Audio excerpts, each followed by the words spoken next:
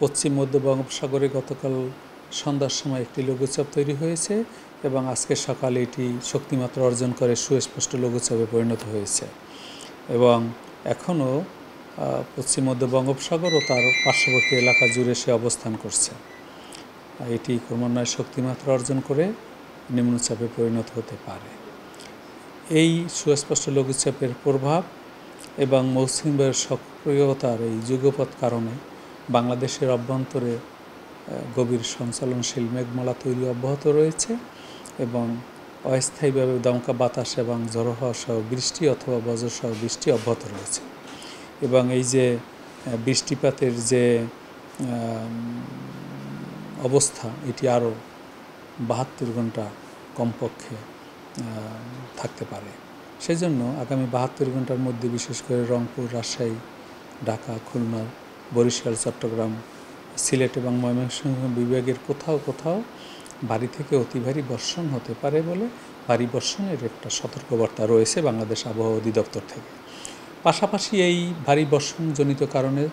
ঢাকা এবং চট্টগ্রাম মহানগরের কোথাও কোথাও অস্থায়ীভাবে জলাবদ্ধতা তৈরি হতে পারে। তাছাড়া ভারী বর্ষণজনিত কারণে চট্টগ্রাম বিভাগের পাহাড়ি এলাকায় ভূমিধসের সম্ভাবনা রয়েছে এবং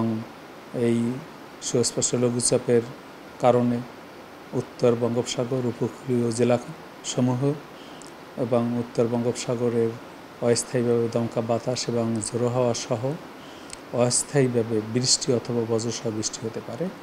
উত্তর বঙ্গোপসাগর উত্তাল থাকতে পারে, সেই কারণে বাতাসের গতিবেগ বৃদ্ধি পেতে পারে। সেই কারণে সকল সমুদ্র বন্দরসমূহকে বিশেষ করে চট্টগ্রাম, কক্সবাজার, মংলা এবং পায়রা সমুদ্র বন্দরসমূহকে 3 নম্বর স্থানীয় সতর্কতার সঙ্গে দেখে যেতে বলা হয়েছে। তাছাড়া অভ্যন্তরীণ নদী বন্দরে অনেক নৌযান চলাচল করে, তাদেরকে সাবধানে চলাচল করার জন্য 1 নম্বর অভ্যন্তরীণ নদী বন্দরের জন্য 1 নম্বর সতর্কতার সঙ্গে দেখিয়ে যেতে বলা হয়েছে এবং এই ভারী বর্ষণজনিত কারণে বিশেষ করে কোথাও কোথাও অস্থায়ীভাবে জলাবদ্ধতা তৈরি হতে পারে সে মর্মেও আমরা বলেছি এবং সকল মাছ ধরা নৌকা এবং ট্রলার সমূহকে উপকূলের কাছাকাছি এসে সাবধানে থাকতে বলা হয়েছে। এ হলো মোটামুটি আবহাওয়ার পূর্বাভাস এবং আপনাদেরকে আরও একটা জিনিস জানা দরকার যে এই ব্যাপক বৃষ্টিপাতের সাথে থাকে বজ্রপাত এবং ভারী বৃষ্টিপাত ও বজ্রপাত যুগপৎ সংঘটিত হচ্ছে, তবে এর তীব্রতা 3 দিন পর অনেকটাই কমে যাবে এবং সকল